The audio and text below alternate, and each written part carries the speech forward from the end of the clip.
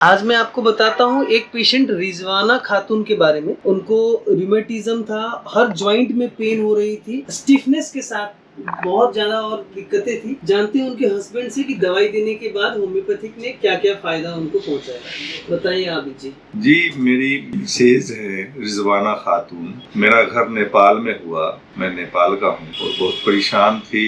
परेशान इस कदर थी कि वो अपना दुपट्टा इस तरह से पकड़ करके अपने सर पे नहीं रख सकती थी। ऐसे इतनी बदहाली में उसकी हालात थी।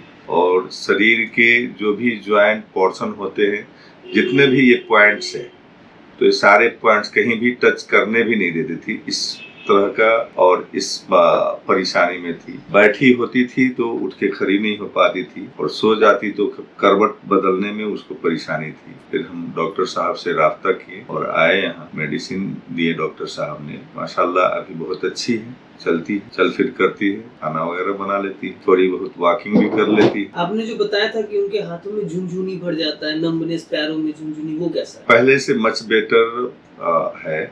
अभी जो दौरे हालात था उस टाइम में के 10 स्टेप नहीं चल पाती थी, तो कम से कम अब 10 मिनट वॉक कर पाती है, 15 मिनट वॉक कर पाती है। होम्योपैथिक पे विश्वास हुआ आपको? जी बिल्कुल विश्वास है, फिर इसलिए आए हैं आपके पास। Thank you.